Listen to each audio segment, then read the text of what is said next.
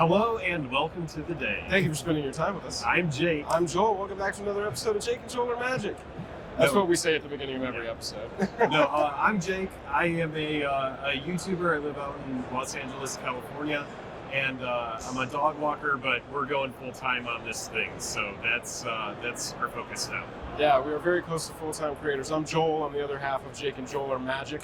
We cover Commander and collecting on YouTube related to Magic the Gathering. A lot of the time, we're talking about ways to save money and make sure that you're buying at the right time. Nothing on our channel is financial advice. We like to say that. Yeah. But other than that, we have gameplay. We have community streams each week where we keep up with the latest Magic the Gathering news. We do all sorts of different stuff. We do tier lists for cards. Yeah. Sometimes we have a new set review, a new secret layer review, that kind of thing. So a lot of different stuff.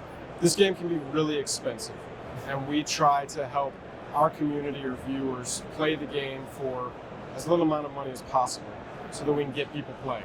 I think it's interesting and cool that a game can have sort of an investable side. Depending on who you talk to, it's a game or it's an investment or it's a little bit of both. And I like that it's a little bit of both. It's cool to play around in a game that when I'm done playing with all of my game pieces, I might be able to just sell out of them and have played that game for free or have money on the back end if I don't want it anymore. I would never do that. I'm going to probably keep my cards for the rest of my life. Yeah, I think a game having that collectible side, in a lot of ways, it gives it Clout. It does, because when you think about it, whether you're in Pokemon or Yu-Gi-Oh! Or One Piece or Digimon or whatever game you're playing, you've probably heard about the Black Lotus. And it's because it's such an iconic card. And part of it being iconic is it's extremely expensive, Right. And a lot of people don't need it. You don't need it. It's not a card that you absolutely have to have.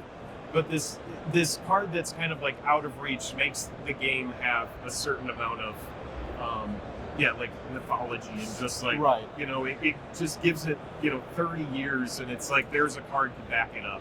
But even in the recent, it's not exclusive to Magic, but I'm sure that a layman who has heard of Magic the Gathering but doesn't really know what it is would say, oh yeah, I did. This year there was a One Ring or something that was a $2 million card that a rapper bought, right? Yeah.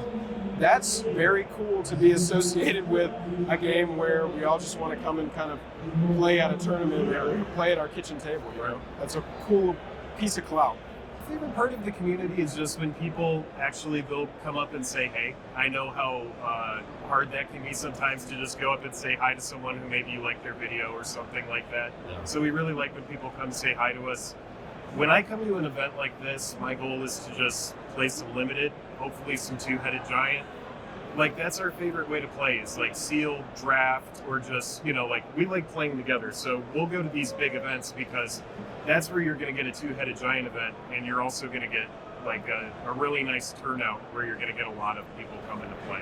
Yeah, we've known each other for over 2 decades, and so we were friends and players of the game first.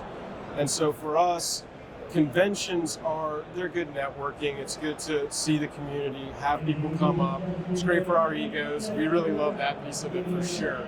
But for us, conventions we actually get to play the game versus talking about the game. I think with creation, a lot of times, you can get really sort of lost in the weeds of the deadlines and what's next and when is this release and this stream needs to be scheduled and blah, blah, blah. Just the parts that you have to do as the pieces of that business. Yeah. But being at a convention plugs us in. It's almost like a recharge of actual the gathering part of Magic because we are able to sit and play together. I'm in Atlanta, he's in Los Angeles. We shoot all of our stuff remote. And so it's nice to come together, be involved in it, and sort of swim around in the MTGC versus just talking about it, if that makes sense.